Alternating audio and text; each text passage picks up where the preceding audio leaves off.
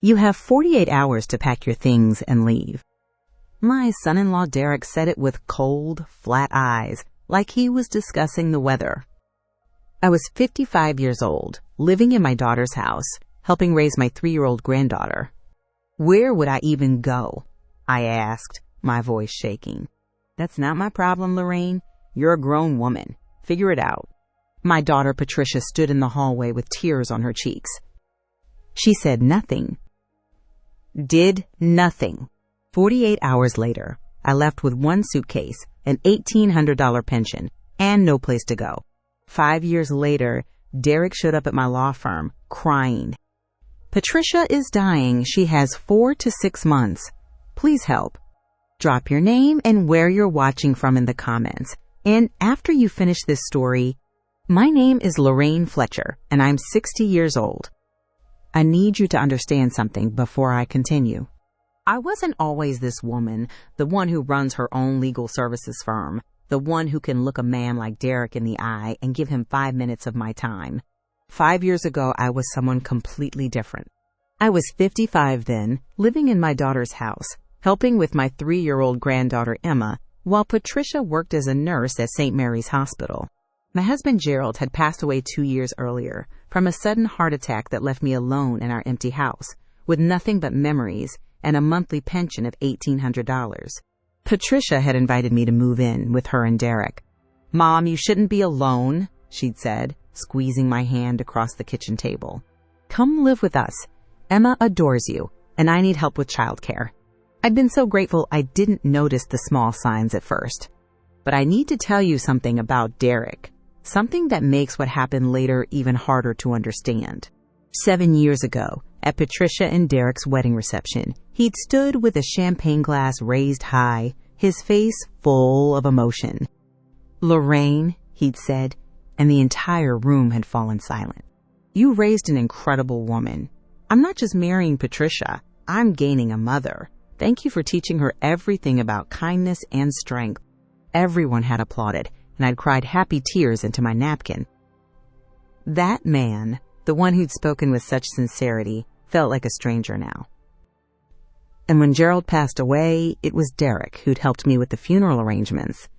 He'd held my hand at the cemetery while they lowered my husband into the ground and whispered, "You're not alone, Lorraine. Your family." I'd believed him. How do you reconcile those memories with what came after? That's the question that kept me awake for 5 years. The changes started small, so small I told myself I was imagining things. Derek would frown when I sat in the living room watching television. Can you watch TV in your room? I need to relax here after work. He'd make comments about my cooking. Too much salt, Lorraine. You know I don't like salty food. Then he started questioning my advice to Patricia about Emma. Don't spoil her, Lorraine. She needs discipline, not constant coddling. Patricia never said anything, just smiled weakly and changed the subject. I told myself it was normal, that Derek was stressed from work, that I needed to give him space. But the criticisms grew sharper, more frequent. One evening, I was making dinner when Derek came home early. He walked into the kitchen, looked at what I was cooking, and shook his head. We're eating this again. Patricia's tired of the same meals every week. I turned to face him, confused. Patricia told me yesterday she loved my pot roast. Derek's eyes narrowed. She was being polite, Lorraine. You need to understand something. This is our house, our family. We appreciate your help, but you can't expect us to live according to your preferences. My hands were shaking as I stirred the pot, but I kept my voice steady. I'm just trying to help. Are you? Derek crossed his arms. Because from where I'm standing, it feels like you're trying to take over. I didn't know what to say to that. Patricia came home an hour later and found me in my room, and when I tried to tell her what Derek had said, she sighed. Mom, Derek's under a lot of pressure at work. Can you just try to be more considerate? More considerate. Those words echoed in my head for weeks. Then came the night Derek sat me down in the living room and told me I had to leave. It was a Tuesday evening, I remember that. Patricia was working the night shift, and Emma was already asleep upstairs. Derek called me into the living room, and I thought he wanted to discuss something about Emma's daycare. Instead, he looked at me with cold, flat eyes and said, "This isn't working anymore, Lorraine. You need to find your own place." I stared at him, certain I'd misheard. "What do you mean?"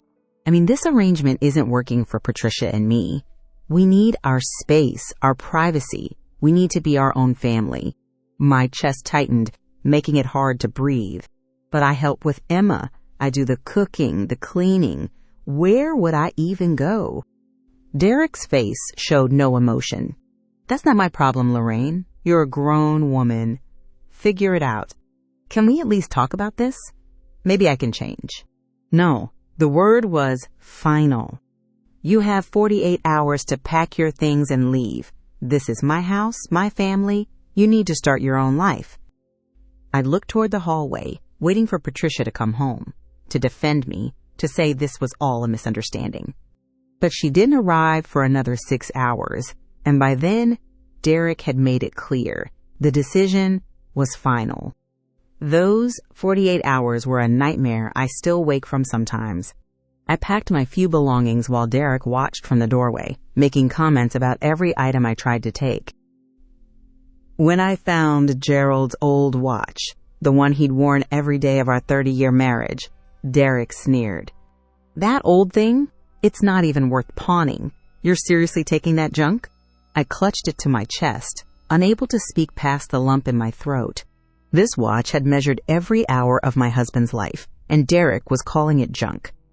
The worst moment came on the second day, when I tried to say goodbye to Emma.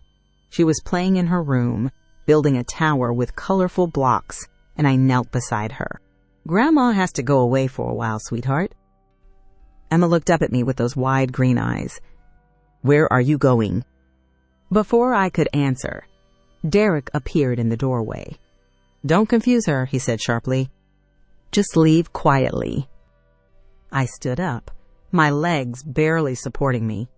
"Please, Derek, just 5 minutes to say goodbye." "No, she'll forget you soon enough. Kids are resilient." I looked past him, hoping to see Patricia, but she stood in the hallway with tears on her cheeks, saying nothing. Doing nothing. That silence hurt more than anything Derek had said. My own daughter, the little girl I had raised, couldn't even defend me. I left with one suitcase, Gerald's watch, and a box of his old law books, the textbooks and case studies from his years as a paralegal. Those books had been sitting in our garage for decades, but something made me take them. Maybe it was the last piece of Gerald I could hold on to. The first night, I stayed in a motel on the outskirts of town that smelled of cigarettes and despair. $85 for a room with stained carpets and a television that only showed 3 channels. I sat on the edge of the bed, staring at the wall, wondering how my life had collapsed so completely in 48 hours. The next day, I found a tiny apartment I could barely afford on my pension. $850 a month, leaving me less than $1,000 to live on. The apartment was a studio with a kitchenette that consisted of a hot plate and a mini fridge, and a bathroom so small I could barely turn around. But it was mine. For the first few weeks, I sat in that empty apartment, staring at Gerald's books, wondering what I was supposed to do now. I was 55 years old with no recent work experience, a 30-year gap in my resume, and a pension that barely covered rent and groceries. I learned to cook with dried beans and rice, bought my clothes at thrift stores, and walked instead of taking the bus because every penny mattered. Some nights I'd lie awake and think about Emma, wondering if she missed me, wondering if Patricia ever regretted her silence. Then Sarah Mitchell called. Sarah had worked with Gerald years ago at a small law firm, and she'd heard through mutual friends what had happened. "Lorraine," she'd said, her voice warm with concern, "I'm starting a small legal services firm for low-income clients. I need someone with experience. Your paralegal certification, is it still valid?" I'd pulled out my old certificate, dusty and forgotten in a box of Gerald's things. It would need renewal, but it was still registered with the state. "I haven't worked in 30 years, Sarah. I don't even know if I remember how." "But you still have the skills," she insisted. "And I need someone I can trust. The pay isn't much to start, maybe $30,000 a year. But it's something. $30,000 a year was more than my pension. It was a lifeline. That phone call changed everything. I renewed my certification, spending $200 I couldn't afford on the required continuing education courses. I studied at home every night, reading Gerald's old law books, taking online courses on legal research and document preparation. The first year was brutal. Technology had changed, laws had evolved, and I felt ancient compared to the younger staff at Sarah's firm. But I'd learned something in those 48 hours Derek gave me. I was stronger than I'd ever known. I studied late into the night, took on the cases no one else wanted, and slowly built a reputation for thoroughness and attention to detail. By the second year, I'd landed my first major client, a small business owner named Howard Barnes who needed help with contract disputes. I'd saved him thousands of dollars by finding an error in his supplier's paperwork, a clause buried in the fine print that would have bankrupted him. He'd recommended me to others, and my client list grew. 3 years after Derek threw me out, I opened my own firm, a small office with just me and one assistant. Now, 5 years later, I have 3 employees and a steady income of over $100,000 a year. I'd moved to a better apartment, started a small garden on my balcony, and built a life I could be proud of. But every night, I looked at the one photograph I had of Emma, frozen at 3 years old with chocolate ice cream on her face, and felt the hole in my heart that success couldn't fill. Derek's voice pulled me back to the present. He was still talking, his words tumbling out in a desperate rush that made me realize he'd been speaking this entire time while my mind wandered through the past. I forced myself to focus on what he was saying. 3 years ago, I was fired from my job, he said, his voice breaking. They found out I'd been taking money, $50,000 over 2 years. I kept my face neutral, but inside, a cold fury began to build. This man had thrown me out for being a burden, and all the while he'd been stealing from his own company. I thought I could pay it back, Derek continued, his hands twisting together in his lap. I tried gambling, thought I could win enough to make it right at the casino, but I lost everything, the house, the savings, Patricia's trust. He looked up at me, his eyes red and swollen. She left me a year ago when she found out, took Emma and moved to a small apartment. And then she got sick. I sat perfectly still, my hands flat on the desk, waiting. Derek pulled a crumpled envelope from his pocket and slid it across my desk with shaking fingers.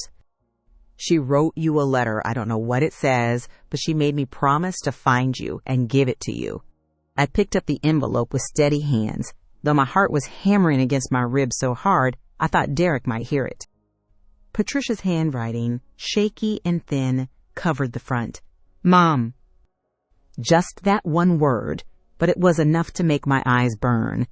I opened the envelope carefully, pulling out a single sheet of lined paper that looked like it had been torn from a notebook. My hands trembled as I began to read. Mom, I don't know if you'll ever forgive me. The first sentence hit me like a physical blow. I don't know if I deserve forgiveness. I was weak when I should have been strong. I chose Derek over you because I was afraid of being alone, afraid of failing as a wife. My vision blurred, but I kept reading. I thought if I just agreed with him, our marriage would work. Instead, I lost you and I lost myself. A tear fell onto the paper, smudging the ink. I'm sick now, Mom, stage 4 pancreatic cancer. The doctors say I have 4 to 6 months. 4 to 6 months. My daughter had 4 to 6 months left, and I'd wasted 5 years being angry. I don't want to pass away without seeing you one more time, without telling you how sorry I am. Please come. Room 412, St. Mary's Hospital. I love you. I've always loved you. Patricia. The paper shook in my hands as tears blurred my vision completely. 5 years of anger, 5 years of hurt, and it all came crashing down with those few words written in my daughter's trembling hand. I looked up at Derek, my voice steady, despite the tears streaming down my face. How do I know this is real? Derek handed me his phone without a word. Call the hospital. Ask for Dr. Martinez. He's treating her. I dialed with fingers that felt numb, the numbers on the screen swimming before my eyes. The receptionist connected me to the oncology department, and a moment later a kind voice answered. "This is Dr. Martinez."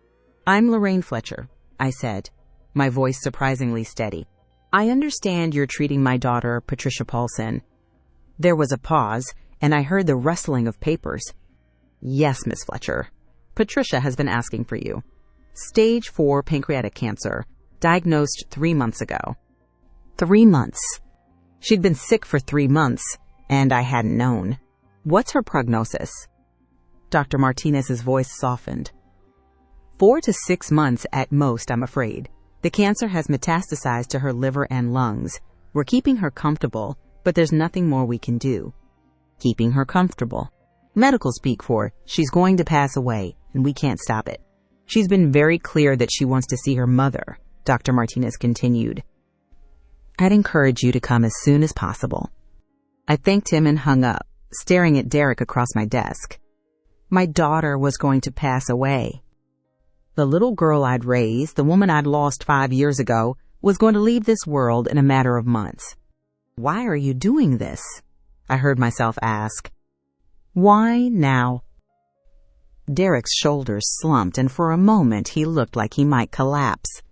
"Because I destroyed everything. My career, my marriage, my daughter's respect. The least I can do is give Patricia what she wants. I owe her that much." I stood up, walking to the window to collect myself, to put distance between us. 5 years ago, this man had stood in his living room and told me I was unwelcome in his family. Today, he sat broken in my office, delivering the worst news I could imagine. "Get out, Derek," I said quietly, my voice cold and final. "I'll go see Patricia, but not because of you." He rose slowly, unsteadily, like an old man. "Thank you, Lorraine. I don't deserve your kindness."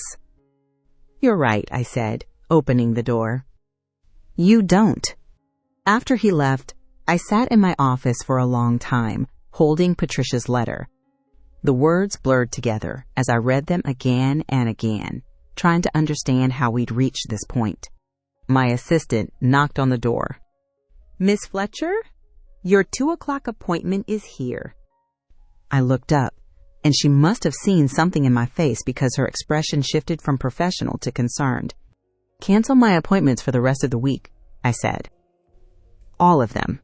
"Is everything all right?" "No," I said honestly. "But it will be." I drove to the parking lot of St. Mary's Hospital and sat in my car for 20 minutes, unable to make myself go inside. What would I say to her? What could I possibly say after 5 years of silence? My phone rang, startling me out of my thoughts. Unknown number. I almost didn't answer, but something made me press the green button. "Hello? Mom?" Patricia's voice, thin and weak, crackled through the speaker. "Derek said he found you. Please, please come." The desperation in her voice broke something inside me. "I'm here," I said, looking up at the hospital building. "I'm in the parking lot. I'm coming right now." I heard her crying softly on the other end. Thank you, Mom." I ended the call and got out of the car before I could change my mind. Room 412 was at the end of a long hallway on the 4th floor that smelled of disinfectant and something else, something sweet and sickly that I recognized as the smell of serious illness. The walls were painted a pale green that was probably meant to be soothing, but just looked institutional. I passed other rooms, heard the beep of monitors, the murmur of voices, the quiet crying of someone behind a closed door. My feet felt heavy, each step an effort. What if she blamed me for staying away? What if she was angry that it took Derek finding me to bring me back? I stood outside room 412 for what felt like hours, though it was probably only seconds. The door was half open, and I could hear the steady beep of a heart monitor, the hiss of oxygen. Then I knocked, soft enough that I could pretend she hadn't heard if I lost my nerve. "Come in," Her voice was so thin, so fragile. I pushed open the door and saw my daughter for the first time in 5 years. Patricia had always been beautiful, with my dark hair and her father's green eyes, tall and graceful even in her nurse's scrubs. The woman in the hospital bed barely resembled her. Her hair was gone, her cheeks hollow, her skin pale as the sheets she lay on. IV lines ran into her arms and an oxygen tube sat beneath her nose. But when she saw me, her eyes filled with light. Mom!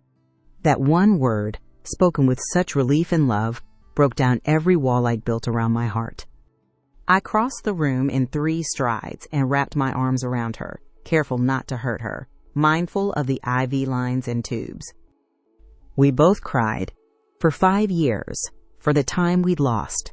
For the time we'd never get back. I'm so sorry, Patricia whispered against my shoulder, her voice breaking. I'm so sorry, Mom. Shh, I murmured, stroking her head the way I used to when she was little and had nightmares. I'm here now. That's all that matters. We talked for hours, the words pouring out like water from a broken dam. Patricia told me everything. How Derek had controlled their household, how every decision had to be approved by him, how he'd become obsessed with money. It started slowly, she said, her hands gripping mine. Little comments about my spending, about how I dressed, about my friends. Then he started managing all our finances, and I wasn't allowed to see the bank statements. I listened, my heart breaking with every word. When I tried to stand up to him, he'd tell me I was being ungrateful, that he was protecting me. And I believed him, Mom. I believed him because I was too afraid to be alone. Tears streamed down her face. I was too afraid to end up like you after Dad passed away, alone and struggling. So I chose Derek over you, and I've regretted it every single day since.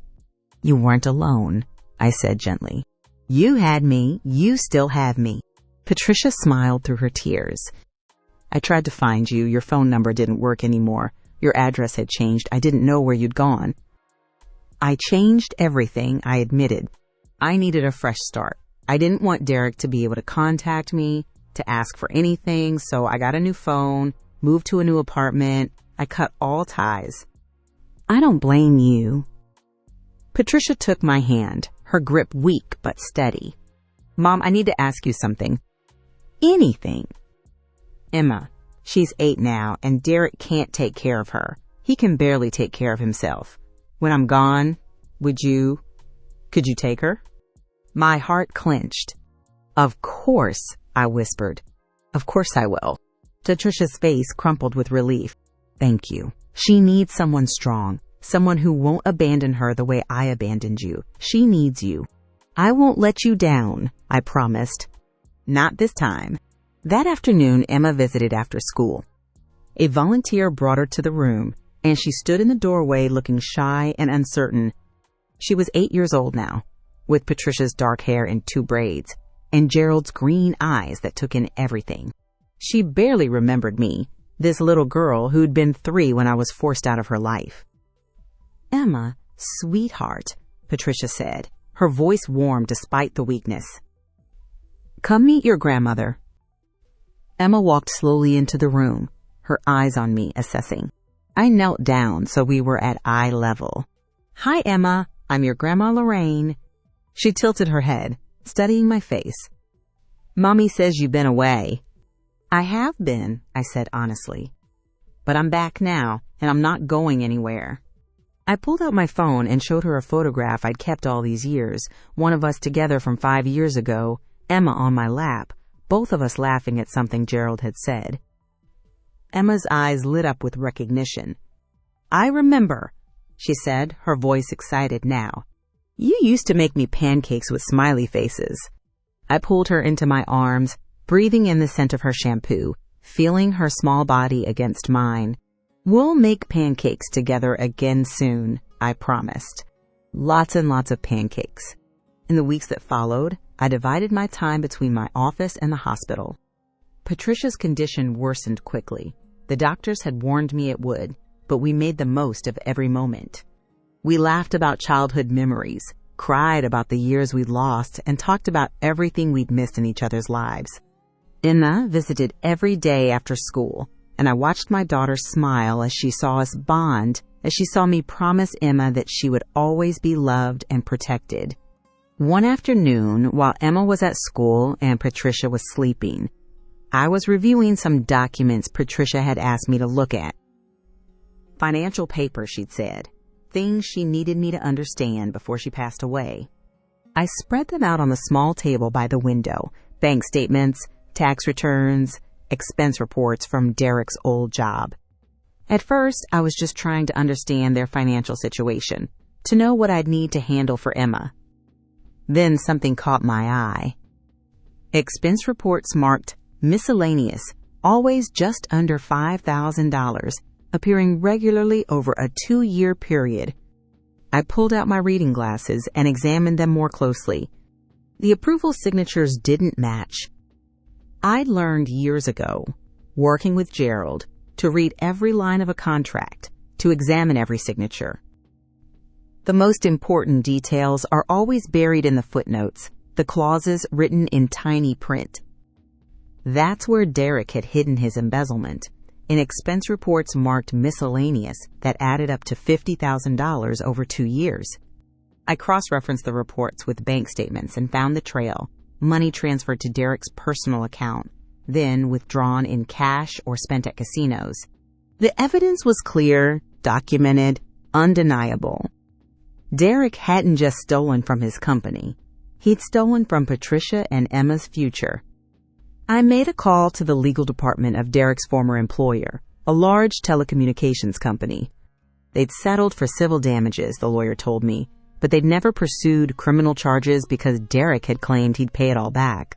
"Would you be interested in additional documentation?" I asked. "Including proof that he gambled away the stolen funds and has no ability to repay?" The lawyer's tone shifted. "Very interested, Ms. Fletcher." 2 weeks later, Derek was arrested for embezzlement and fraud. I attended the preliminary hearing as a witness, presenting the financial records with the same calm professionalism I brought to all my cases. The courtroom was small, painted the same institutional green as the hospital hallway. Derek sat at the defendant's table in an orange jumpsuit that hung loose on his shrunken frame. He looked at me once as I took the stand, and I saw something flicker in his eyes. Surprise, maybe, or resignation. I testified about the documents, about the pattern of theft, about the gambling debts. My voice never wavered. The prosecutor asked me to explain the significance of the miscellaneous expenses. "These reports were designed to fly under the radar," I said, looking at the judge. Each one was just below the $5,000 threshold that required additional approval. Over 2 years, they totaled $50,000, all of which was transferred to Mr. Paulson's personal account and subsequently withdrawn in cash or spent at various casinos in the area. Derek's lawyer tried to argue that his client had been under financial stress, that his wife's illness had driven him to desperate measures. But the timeline didn't support that. The theft had started 3 years ago, long before Patricia's diagnosis. The judge sentenced Derek to 3 years in prison and ordered him to make restitution, though everyone in that courtroom knew he'd never be able to pay back $50,000. As they led him away in handcuffs, Derek looked at me one final time. I felt nothing, no satisfaction, no anger, no sense of victory. Justice had been served, but it brought me no joy. It was simply what needed to happen. 4 months after our reunion, Patricia passed away peacefully with Emma and me by her side. Her last hours were quiet, pain-free, thanks to the medication.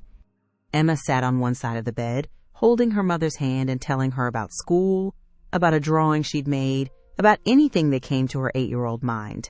I sat on the other side, one hand on Patricia's shoulder, just being present. Patricia looked at me, her eyes clear despite the morphine. "Thank you for coming back, Mom. Thank you for Emma. Thank you for forgiving me." "There's nothing to forgive," I whispered. "I love you. I've always loved you." "I know," she said, a small smile on her lips. "I know that now." Those were her last words. She closed her eyes, and an hour later, The steady beat of the heart monitor became a single, continuous tone. Emma cried against my chest while I held her, and I made a promise to Patricia's memory that I would give this child everything I hadn't been able to give her mother: security, unconditional love, a home where she never had to choose between people she loved. The funeral was small. Just Emma, Sarah Mitchell, a few friends from Patricia's nursing days, and me. Derek was in prison and didn't attend. We buried Patricia next to Gerald, and I thought about how they'd loved each other, how Gerald had adored his daughter, how he would have been heartbroken by everything that had happened. 2 years have passed since then. Emma lives with me now in a small house with a garden where we grow the roses Gerald used to love. The house isn't much. 2 bedrooms, a small kitchen with countertops I painted myself, a living room with hardwood floors that creak in all the right places. But the garden is what makes it special. The previous owners had left behind 3 rose bushes, and I've added more each season. Yellow ones for friendship, pink ones for gratitude, white ones for remembrance. Emma helps me tend them every Saturday afternoon. She's 10 years old now, bright and resilient, with Patricia's smile and Gerald's curious mind. Every day, I'm grateful for the second chance I've been given. My business continues to grow, but I've learned to balance work with the things that truly matter. On Sunday mornings, Emma and I make pancakes with smiley faces, using chocolate chips for eyes and whipped cream for mouths. On Saturday afternoons, after we tend the garden, we sit on the porch with lemonade, and she tells me about school, about her friends, about her dreams. And every night, I tuck her into bed and tell her stories about her mother, how brave Patricia was, how much she loved Emma, how her final act of love was making sure Emma would be safe. I keep Patricia's memory alive in small ways: her favorite song playing in the kitchen, her nursing school photo on the mantle, her recipes that Emma and I cooked together. Last week, Emma asked me if I was happy. We were in the garden, planting new bulbs for spring. I looked at her, this beautiful child who'd brought light back into my life, and I told her the truth. "Yes, sweetheart, I'm happy." She smiled and went back to digging. "Me too, Grandma." I sat back on my heels, feeling the warm sun on my face, listening to Emma hum while she worked. 5 years ago, I lost everything and thought my life was over. I was 55 years old, thrown out of my daughter's house with nothing but a suitcase and 48 hours notice. I'd stood in a dingy motel room, wondering how I would survive, wondering if I'd ever see my granddaughter again. Today, I understand that sometimes losing everything is the first step to finding what truly matters. Derek took my home, my dignity, and 5 years of my life, but he couldn't take my strength, my skills, or my ability to rebuild. He couldn't take the love between a mother and daughter, even when that love was buried under years of hurt and silence. And he couldn't take away my second chance with Emma. I'm 60 years old, and I'm just getting started. Gerald would have been proud of what I've built, not just the business, but this life, this garden, this relationship with our granddaughter. Patricia, I hope you're at peace wherever you are. I hope you know I kept my promise. And Emma, sweet Emma, I promise to give you the life your mother wanted for you, a life built on strength, not fear, on forgiveness, not bitterness, on the understanding that family isn't just about blood, it's about showing up, staying present, and never giving up on the people you love. Skills don't have an expiration date, and neither does your worth. I was 55 when my world collapsed, but I didn't give up. I rebuilt. I remembered who I'd been before marriage, before motherhood, and I reclaimed that identity while creating something new. Sometimes losing everything forces you to find your true strength, and when you rebuild on your own terms, no one can take it away from you. If you were in my position, what would you have done? Have you experienced something similar? What does family really mean to you? If this story touched your heart, please like and subscribe. Your support means everything, and I read every comment. Thank you for listening to my story.